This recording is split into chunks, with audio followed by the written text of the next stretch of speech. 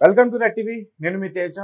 అదే పాకిస్తాన్కి సంబంధించిన కొంతమంది టెర్రరిస్టులు ఇండియాలోకి దొంగచాటుగా చొరబడి, పాకిస్తాన్ కాదు పిరికిస్తాన్, అంటే దొంగచాటుగా వస్తున్నారు కాబట్టి వాళ్ళని పిరికిస్తాన్లే అనాలి. సో వచ్చిన తర్వాత మన టూరిస్టుల్ని, మన ఇండియాలో ఉన్న కొంతమంది టూరిస్టుల్ని దాదాపు 26-27 మందిని అతి దారుణంగా కాల్చి చంపేశారు. దీనికి సంబంధించి మరి మన ఇండియన్ గవర్నమెంట్ ఎలాంటి చర్యలు వాళ్ళపైన తీసుకోబోతుంది? ముఖ్యంగా బీజేపీ ఉంది ప్రధానంగా ప్రస్తుతం రూలింగ్ లో. మరి వాళ్ళు ఎటువంటి చర్యలు తీసుకోబోతున్నారు, ఇవన్నీ కూడా పూర్తిగా డిస్కషన్ చేసే ప్రయత్నం చేద్దాం. ప్రస్తుతం మనతో పాటు సీనియర్ జర్నలిస్ట్ భరద్వాజ్ గారు ఉన్నారు, ఆయనతో మాట్లాడు. సార్ నమస్తే అండి. నమస్తే అండి. రైట్. సో పాకిస్తాన్ వాళ్ళపైన మనం ఎలాంటి చర్యలు తీసుకోబోతున్నాం, ఏంటి, వాళ్ళకి ఎలాంటి గుణపాఠం చెప్పాలంటారు? పాకిస్తాన్ మీద గుణపాఠం నేర్పడానికంటే ముందు పాకిస్తాన్లో నిన్న జరిగినటువంటి దాడిని నేను ఎలా చూస్తానో చెప్తాను. ఓకే, పాకిస్తాన్ లో జరిగిన దాడి? పాకిస్తాన్ కాదండి, కాశ్మీర్లో. Yes, okay. కాశ్మీర్లో జరిగింది కదా దాడి. పాకిస్తాన్ మీద దాడులు చేసేస్తాం అంటున్నారు మీరు అందరూ. కౌంటర్ అటాక్ అంటే రివెంజ్ దాడి చేసేస్తాం మేము అంటున్నారు అందరూ. అక్కడ దాకా ఆగితే పర్లేదు. ఈ దేశంలో ఉన్నటువంటి ముస్లిం సమాజం మీద కూడా సీరియస్గానే చూస్తున్నారు. అవును, వాళ్ళు టెర్రరైజ్ అవుతున్నారు, భయపడుతున్నారు, ఏం జరుగుతుందో అని భయపడుతున్న పరిస్థితి అయితే ఉంది. ఇటువంటి పరిస్థితుల్లో కాశ్మీర్లో జరిగినటువంటి ఆ హత్యాకాండ నిజంగానే అది ఖండించదగిందే, బాధాకరమే. తప్పనిసరిగా ఆ నేరం, అది క్రైమే, అది చేయటం తప్పే. కాకపోతే చేసిన వాళ్ళు ఎవరు? చేసిన వాళ్ళు క్లెయిమ్ చేసుకున్నారు, ఆల్రెడీ ఒక ఆర్గనైజేషన్ క్లెయిమ్ చేసుకుంది. ఆర్గనైజేషన్ ఏమిటి? ద రెసిస్టెన్స్ ఫ్రంట్ అనేటువంటి ఆర్గనైజేషన్ మేమే చేసామని చెప్పుకుంది. మేమే చేశాము అంటే అసలు కాశ్మీర్లో మిలిటెన్సీ లేదు, పూర్తిగా అణిచేశాం. ఇప్పుడు అక్కడ అంతా ప్రశాంత వాతావరణం. కాంగ్రెస్ అధికారంలో ఉన్నంతకాలం అక్కడ ఎప్పుడు నిరంతరం రక్తస్రావం. మేము అధికారంలోకి వచ్చాక టోటల్గా అక్కడ కంట్రోల్లోకి తీసుకొచ్చేసాం పరిస్థితిని అని చెప్పి కదా మీరు టూరిజం ఓపెన్ చేశారు. టూరిజం ఓపెన్ చేసి అక్కడ సినిమా హాళ్ళు తెరిచి ప్రతిదీ చాలా గొప్పగా చెప్పుకున్నారు. మేము కాశ్మీర్లో సాధారణ పరిస్థితులు తీసుకొచ్చామని. కాశ్మీర్లో సాధారణ పరిస్థితులు తీసుకొచ్చామని ఎలా చెప్పగలిగారు వీళ్ళు?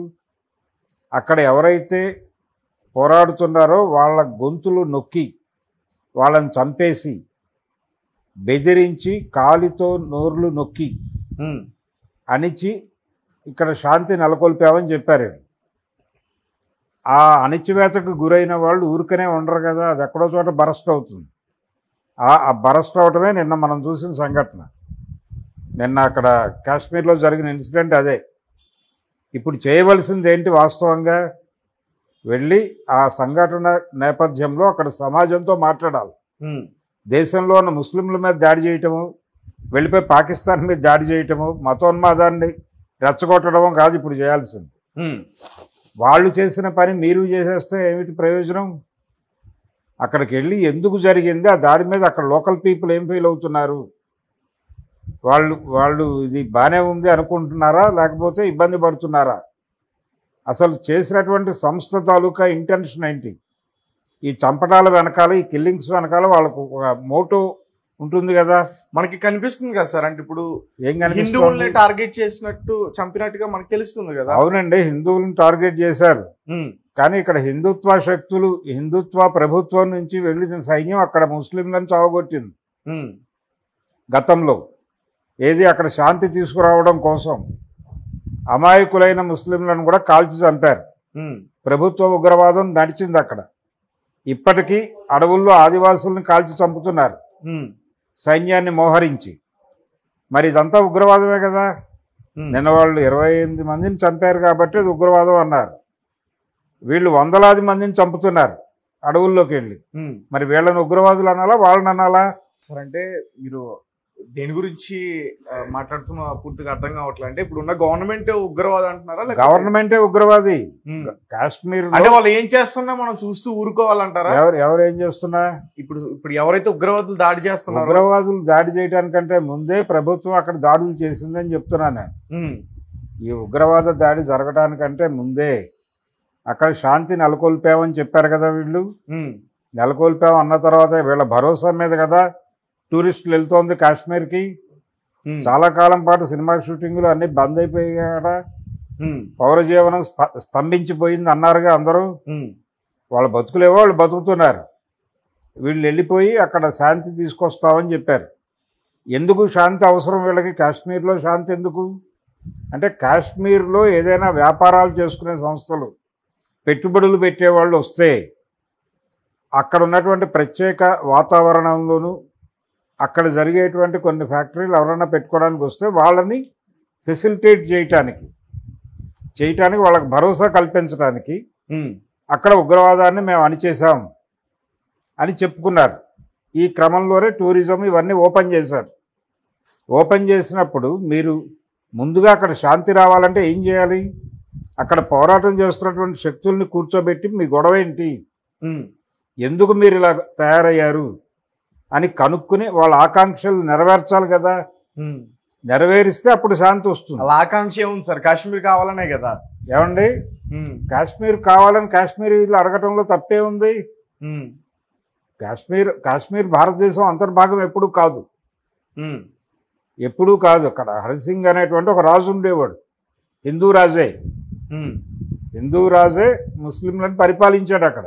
ఉమ్, రాజా హరిసింగ్, ఆయన కొడుకు క్యాబినెట్లో మంత్రిగా పనిచేశాడు. ఉమ్. ఇందిరాగాంధీ గారి క్యాబినెట్లో కూడా కరణ్ సింగ్. ఓకే.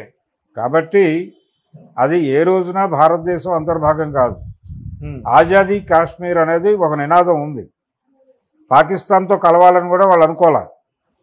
పాకిస్తాన్తోనూ భారతదేశంతోనూ సంబంధం లేకుండా ఆజాదీ కాశ్మీర్ అనేది వాళ్ళ నినాదం. అయితే పాకిస్తాన్ ఇండియా రాజకీయ క్రీడలో కాశ్మీర్ బలిపశు అయిపోయింది ఉమ్. అనేది వాస్తవం. అంటే మాదంటే మాదని అట్లా కొట్టుకుంటున్నారా? అవును. వాళ్ళు ఇప్పుడు పాక్ ఆక్రమిత కాశ్మీర్ అనేది ఒకటి ఉంది కదా, అది కూడా వాళ్ళు యాక్సెప్ట్ చేయట్లా. ఉమ్, పాకిస్తాన్తోనూ మాకు సంబంధం లేదు, ఇండియాతోనూ సంబంధం లేదు, మాది ఒక ప్రత్యేక దేశం. ఉమ్, ఫారూక్ అబ్దుల్లా, ఒమర్ అబ్దుల్లాని ఆ రోజున ప్రధాని అని కదా అనుకుంది, ఉమ్, కాశ్మీర్ ప్రధాని అని కదా అనుకుంది. ఆ తర్వాత కదా ఆయన్ని జైల్లో పెట్టి కంట్రోల్లోకి తీసుకున్నారు. ఈ కంట్రోల్లోకి తీసుకునే క్రమంలో మేము మీకు ఏదో ప్రివిలైజెస్ ఇస్తున్నాము అని చెప్పి, మీ ప్రత్యేకతను గుర్తిస్తున్నాము అని చెప్పి వాళ్ళకి ఆర్టికల్ 370 కింద వాళ్ళకి ప్రత్యేకమైనటువంటి హక్కులు కల్పించారు. ఉమ్, అవన్నీ రద్దు చేశారు వీళ్ళు వచ్చి. కామన్ సివిల్ కోడ్ ఆర్టికల్ 370 రద్దు. అలాగే ముస్లిం పర్సనల్ లాలోకి వెళ్ళిపోయి అక్కడ ఇంటర్వ్యూన్ అయిపోయి ఇవన్నీ చేయటం ఒక ప్రోగ్రామ్గా జరుగుతోంది. ఉమ్, ఎందుకు చేస్తున్నారు ఇవన్నీ అంటే, వీళ్ళ ఉద్దేశం ఏదో ఈ దేశం నుంచి ముస్లింలను తరివేయాలని కాదు, ఉమ్, ముస్లింలను కంట్రోల్లోకి తీసుకోవాలని. ముస్లింలు లొంగి ఉండాలి. ఆ లొంగుబాటు కోసం ఈ యుద్ధం చేస్తోంది కేంద్ర ప్రభుత్వం. ఆ యుద్ధానికి రియాక్ట్ అవుతూ వాళ్ళు నిన్న ఆ దాడికి తెగబడ్డారు. కాబట్టి ఈ దాడిలో నిన్న జరిగిన దాడికి ద రెసిస్టెన్స్ ఫ్రంట్ది ఎంత భాగం ఉందో ఉమ్, అలాగే కేంద్ర ప్రభుత్వానికి కూడా అంతే తప్పు ఉంది. ఉమ్, మీరు ప్రాపర్గా అక్కడ శాంతి తీసుకురాలా, ఆర్గానిక్గా రాలా. మీరు మిలిటరీని దింపి చంపించేసి శాంతి అన్నారు. ఉమ్, శ్మశాన శాంతి అంటారు దాన్ని.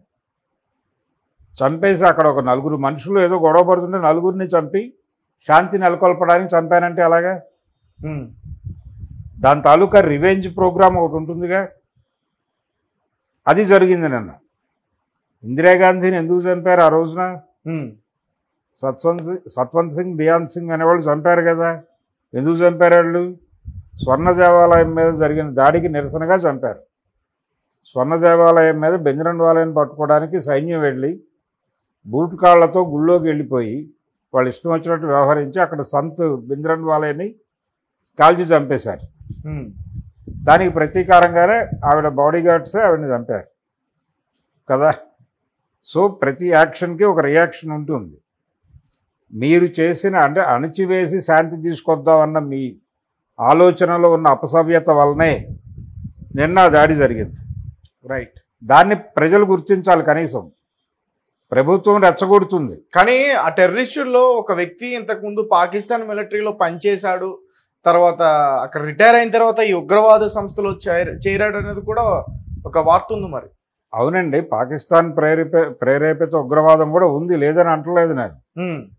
కానీ లోకల్ సపోర్ట్ లేకుండా ఆ దాడి జరగదు. లోకల్ సపోర్ట్ ఎలా దొరికింది వాళ్ళకి? ఎలా దొరికింది అంటే వీళ్ళకి కూడా కడుపు మంట ఉంది. ఈ కడుపు మంటకి అది తోడైంది అంతే. ఆ లెవెల్లో అణిచివేసావు నువ్వు. అణిచివేయకుండా అంటే ఇక్కడ మన ఇంటెలిజెన్స్ విఫలమైందంటారా మీరు? ఇంటెలిజెన్స్ వైఫల్యము ఇవన్నీ వేరే గొడవ అండి. కాశ్మీర్లో ప్రాపర్గా శాంతి రాలేదు. కాశ్మీర్లో ఉన్న శాంతి అది శాంతియుత వాతావరణం ఉందని మనం భ్రమపడుతున్నాం అంతే. అక్కడ ప్రజల మనసులు మండుతున్నాయి. ఆ మంటలు ఎప్పుడైనా జనాల్ని కాల్చొచ్చు అనడానికి ఇది ఉదాహరణ. నిన్న జరిగిన ఇన్సిడెంట్. ఇప్పుడు మళ్ళీ అదే తప్పు చేస్తున్నారు. ముస్లింలను తరిమేస్తాం, పాకిస్తాన్ వాళ్ళని చంపేస్తాం, పాకిస్తానీ జాతీయులకు ఎవరైనా సినిమా అవకాశాలు ఇస్తే వాళ్ళని చంపేస్తాం, ఇవన్నీ మాట్లాడుతున్నారు. ఇది కాదు మాట్లాడాల్సింది. ఇప్పటికైనా సరే అక్కడ ప్రజలకి మనం నిజంగానే వాళ్ళ సమస్యలు పరిష్కరించామా, వాళ్ళు శాంతియుతంగా నివసించేటువంటి వాతావరణం కల్పించామా అనేది చెక్ చేసుకోవాలి. మీడియా బాధ్యత కూడా అదే. మీడియా ఇమ్మీడియట్గా వెళ్ళి అక్కడ ప్రజలు ఏం ఫీల్ అవుతున్నారు అనేది ప్రపంచానికి తెలియజేయాలి. అలాగే ద రెసిస్టెన్స్ ఫ్రంట్ అని ఏదైతే ఆర్గనైజేషన్ ఉందో ఆ ఆర్గనైజేషన్ ఆనవాళ్లు పట్టుకుని ఈ చర్య ఎందుకు చేయాల్సి వచ్చింది, అలా జస్టిఫై చేసుకుంటారు అనేది మాట్లాడించాలి కదా. ఇవేవీ లేకుండా ఓపెన్గా అది ఉగ్రవాదుల చర్య, ఈ దేశంలో ముస్లింలు, పాకిస్తాను ముస్లింలు వీళ్ళిద్దరూ ఈ దేశానికి శత్రువులు అని ప్రమోట్ చేయడం ఎలా కరెక్టు? దాన్ని ఎలా అంగీకరించాలి? వాళ్ళు ఈ దేశంలో మనతో పాటు జీవిస్తుంటే మీకోసం ఒక దేశం ఇచ్చాం, మీరందరూ అక్కడికి వెళ్ళిపోండి అని మాట్లాడుతుంటారు సినిమాల్లో. ఇక్కడ జరిగింది దేశ విభజన కాదు, రాష్ట్ర విభజన. పంజాబ్లో ఒక ముక్కే పాకిస్తాన్. దేశాన్ని నిట్టనిలువునా చీల్చేవలా వాళ్ళకి. దేశాన్ని నిట్టనిలువుగా చీల్చిన ముక్క కాదు పాకిస్తాన్. పంజాబ్ రాష్ట్రంలో ఒక ముక్క మాత్రమే. ఆంధ్ర, తెలంగాణ ఎలాగైతే ఉమ్మడి ఆంధ్రప్రదేశ్లో కలిసి ఉండేవో అలాగే పాకిస్తాన్లో ఒక ముక్క ఇండియాతో కలిసి ఉన్నప్పుడు అది ఇండియా. పాకిస్తాన్ అనేది కాదు. పంజాబ్లో ఒక ముక్కే పాకిస్తాన్, అంతకు మించి ఏమీ కాదు. దానికి పాకిస్తాన్ని విలన్గా చూపించి ఈ దేశంలో ముస్లింలను విలన్లుగా చూపించి మీరు చేసిన దారుణాలన్నీ మసిబూసి మారేడికాయ చేస్తామంటే అలాగా. సరే, అలాగే ఒక పక్క భర్తలు పోయి ఇక్కడ మహిళలు ఇబ్బంది పడుతుంటే పాకిస్తాన్కి సంబంధించిన హై కమిషన్ వాళ్ళు ఈరోజు కేక్ ఒకటి తీసుకెళ్ళబోతున్నారు. అదంతా కూడా మీడియా వాళ్ళు దాన్ని కవర్ చేశారు. చేయలేదనేది మాత్రం నాకు తెలియదు. కానీ ఇలాంటి సిచ్యువేషన్ లో వాళ్ళని ఇక్కడి నుంచి పంపించే పరిస్థితి ఉంది. ఇప్పుడు ఇలాంటి సిచ్యువేషన్ లో వాళ్ళ కేక్ ఎలా తీసుకెళ్తారు? ఇప్పుడు ఆ కేక్ తీసుకెళ్తున్న వీడియో విపరీతంగా సర్క్యులేట్ అవుతోంది. వాళ్ళు ఎందుకనైనా తీసుకెళ్ళచ్చు. ఇప్పుడు వాళ్ళ ఆఫీస్లో పనిచేసే ఎవరోదో బర్త్డే అయి ఉండొచ్చు, ఆ బర్త్డే సెలబ్రేషన్ వాళ్ళు తీసుకెళ్తున్నారు. ఇలాంటి సిచ్యువేషన్ లో కూడా తీసుకెళ్లి సెలబ్రేట్ చేసుకుంటారా? ఈ రోజు ఎన్ని సెలబ్రేషన్స్ జరగటం లేదు దేశంలో. అవన్నీ బంద్ చేస్తారా? పెళ్లిళ్ళు జరుగుతున్నాయి, ఆపించేస్తారా? హైదరాబాద్లో హిందువుల పెళ్లిళ్ళు జరుగుతున్నాయి, వెళ్ళి ఆపించండి ముందు. ఆపించగలరా? లేదు కదా. కాబట్టి అది కూడా అంతే. వాళ్ళు ఏదో కేక్ తీసుకెళ్తుంటే దాని మీద ఒక స్టోరీ అల్లేస్తే ఎలా? దేనికైనా అది కేకా కాదా ఓపెన్ చేసి కూడా చూడలేదు ఎవరు. కేక్ అని అభిప్రాయపడి అతను నోరు తెరిచి ఒక్క మాట మాట్లాడలేదు ఆ వీడియోలో. అతన్ని ఇది సెలబ్రేట్ చేసుకున్నారు, వాళ్ళు లోపల కేక్ కట్ చేసని ఒక కథ అల్లేస్తే ఎలాగా? ఇప్పుడు ఎవరో ముస్లిం ఫ్యామిలీ ఉంటుంది ఇక్కడ, ఎవరో ఒక ముస్లిం ఫ్యామిలీ సరదాగా మాట్లాడుకుంటూ నవ్వుతూ మాట్లాడుకుంటూ కూల్ డ్రింక్ తాగుతున్నారనుకోండి. ఓ పక్కన కాశ్మీర్లో అంత దారుణం జరిగితే మీరు ఇక్కడ నవ్వుకుంటూ చెరుకు రసం తాగుతారేంటని కొడితే వాళ్ళని ఏంటి పరిస్థితి? అది తప్ప అవునా కాదా? ఉమ్, అలాంటిదే అది కూడా. ఆయన ఎందుకు కేక్ పట్టుకెళ్తున్నాడో ఎవరికీ తెలియదు.